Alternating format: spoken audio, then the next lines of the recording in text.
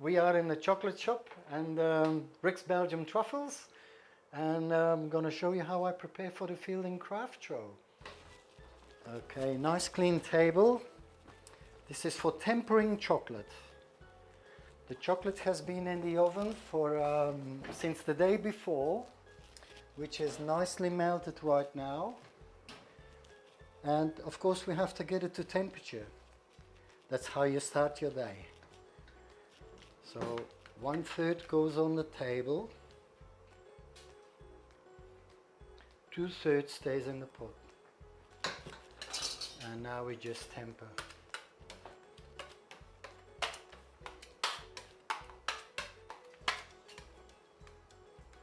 The chocolate gets slowly cold now. That's what you want till you see crystals forming.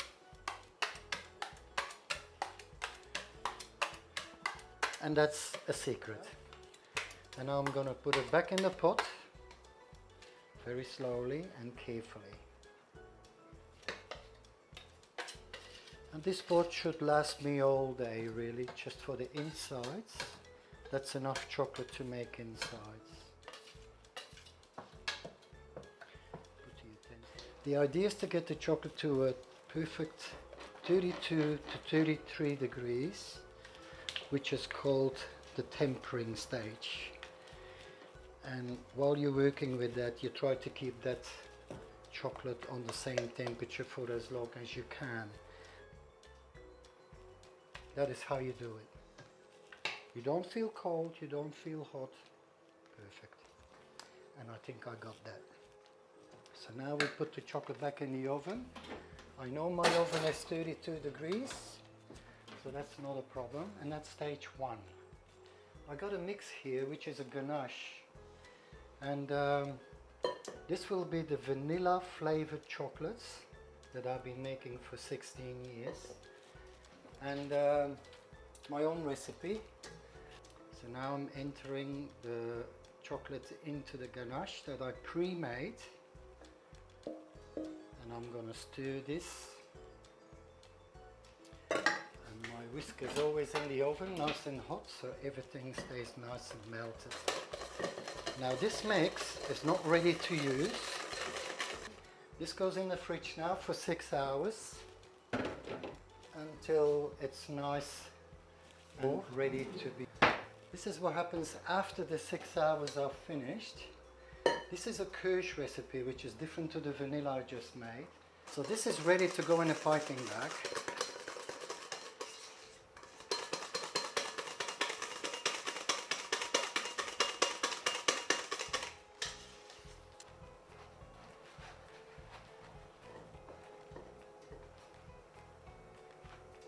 So that's the inside of the kirsch truffles, guys. It's a little bit of a bigger piping bag that people use in their kitchen, but I do this every day and we need one of those. They just look all pretty good. So when I go to a market like the Field and Craft Show, this is what I do for like preparation of 2-3 weeks. Just making chocolates Monday to Friday, sometimes 7 days a week, depends how slow or fast I am. And this can go in the dishes. So now we're going to turn to dipping, which is like after the chocolates have been in the fridge 6 hours. I need bain-marie, which is hot water. I need cocoa powder because they are vanilla. And I need chocolate, of course, which is already pre-mixed from before. That's the wrong pot. There we go. This is a milk chocolate. And my routine. So this is how I do it. These are the chocolates that have been piped yesterday, nice and hard. And I have a couple of minutes, well, let's say 5 minutes max, to finish the tray. If I don't, they start getting soft. Then I have to put them in the fridge again. Upside down. 1, 2, 3. Oops. So dipping of the chocolate is upside down, turn over, pick up, 1, 2, 3. And that actually drags the chocolate off, so there's not too much chocolate as a shell. Otherwise it runs down and they don't look nice. So my life has been pretty much chocolate since I'm 12. I'm a farmer boy from Belgium, and I fell in love with chocolate, so my father said, why don't you go and find yourself a chocolate job in Bruges, Belgium, because the farm was only a few k's away from Bruges. So I did that, and I found a job in the weekend, Saturday, Sunday, after school. I found a chocolate job, but I was only allowed to clean the trays. And it just went from there, really. I became a pastry chef, chocolatier, ice cream maker, and that was in school, but I always had a love for chocolate. So many years later, I decided to travel with a backpack around the world, came to New Zealand, fell in love with the country, found a job, got a permanent residence, and then once I had the permanent residence, I could do what I wanted to do for myself. So therefore I went back to my chocolates. And not straight away, I worked as a baker for quite a while, but 17 years ago I decided to start working for myself and maybe just try if this was going to work or not. And thanks to my very good friends Heather and Gary, they pretty much launched me. They saw me on a market, or we met each other at the French country fair, I believe, the first time. And once they had a taste for my chocolates, it just went from there. They asked me to come to the Field and Craft Show, which was about 17 years ago. And I still remember Heather writing a beautiful little story about my chocolates, and it went in the paper. And yeah, people, every year I went back twice. And I think in the beginning it was like hard to get to know, but once people started to know me, it just took off from there. And I never look back. I love my job. It's a very rewarding job when you see people tasting the chocolates and their eyes light up, and yeah, so this is me. But the markets are my favorite, you know, like I meet people, I talk to people. This side of the job is okay. I got my music and my TV, but yeah, I'd rather be on the road. But that's just like any other job. So I only do markets as I chose that life simply because I didn't want a shop from Monday to Friday, or because I love traveling still and also working my job, and I figured that doing markets like the Field and Craft Show gets me on the road in the weekend, gets me to meet people, always new people, and very good customers that keep coming back. Lovely to see them, they become like friends really. And yeah, I just love that life. So I've never been a man that's 9 to 5, if you know what I mean. I work 7 days a week. It's maybe worse, but you gotta love what you do, and I'm very, very lucky in life that I could make a living like this. It's a full-on job. When the markets start in April, because I take my summers off simply because it's too hot, the markets are just, you know, I don't want to go out there with my product because they melt easy, and it's really important that people can take them home, put them in the fridge or the freezer. So my time off is in the summer, and I get like 8 weeks off. By the time I shut down, start again, there's about 8 weeks in between. But then it's just full on.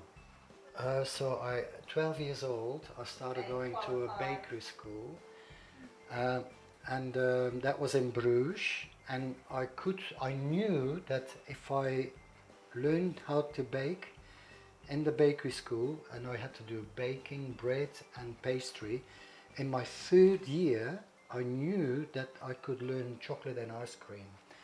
So I was already working in chocolate shops, knowing that later in school, I had to be patient really for 3 years.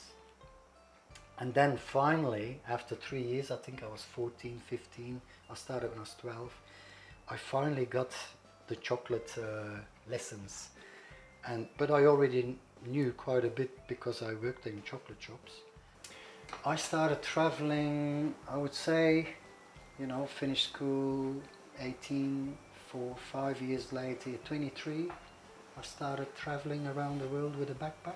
And that's because of the people I met in Greece, because I didn't know you could do that. There's a big OE, they call it, and the overseas experience. I said, oh wow, that sounds like a nice idea. I want to do that. And I bought myself a backpack and I said to Dad, son, I'm going to see the world for 1 year. And I came to New Zealand because I met Brian and Jocelyn from Papamoa, New Zealand. Picked me up at the airport in Auckland. And I couldn't speak very good English, so I stayed with them for 3-4 months. So now we're going to do another chocolate, which is a Kirsch one. Most people that know me will know my Kirsch one. So I'll take the milk out. So yeah, the system in the countries are a bit different, eh? So I need dark chocolate for this. And I need a homemade piping bag. Now I'm going to show you how you make a piping bag out of paper. That's fun. In school we had to do this for 4 hours, practical, in school, making papers. Try to refine it till you get a nice little tip that stings you. If it doesn't sting, it's not a good one. So you take your baking paper, that's actually what I'm using as baking paper, and we make a triangle.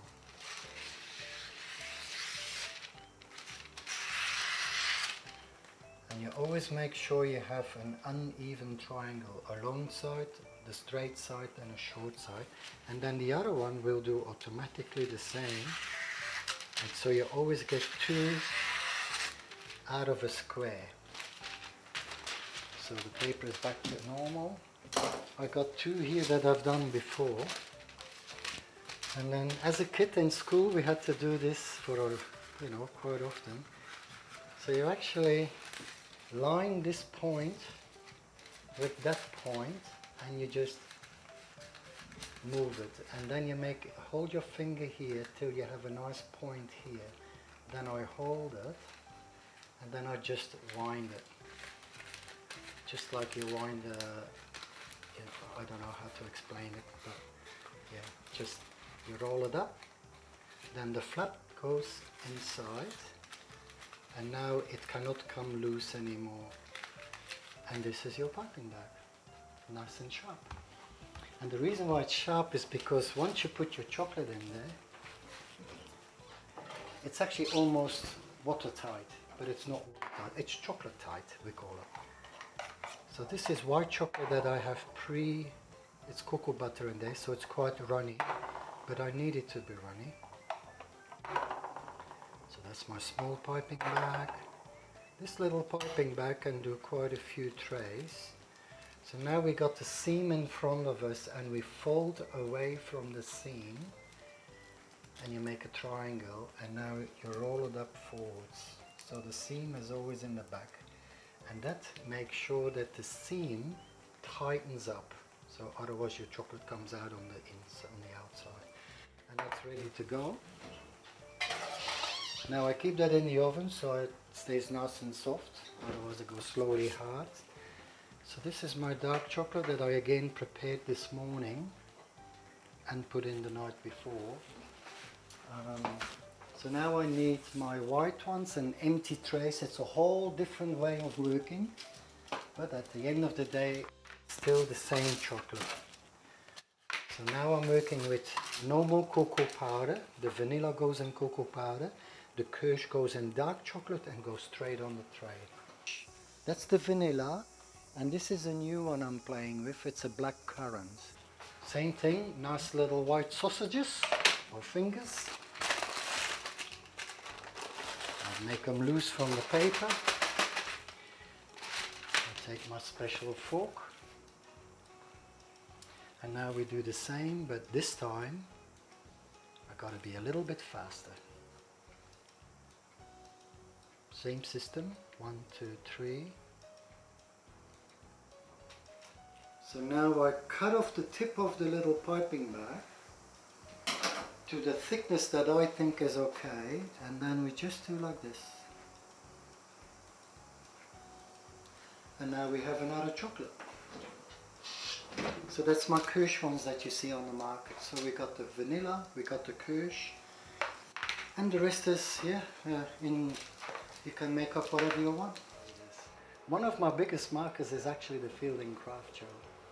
Because first of all, people know me there for 16 years. And it's actually a very good show. The way they line it out, and beautiful stalls everywhere, 300 I believe, always there, nice atmosphere, and people love the chocolate, I would say, but you know, probably Ricky too.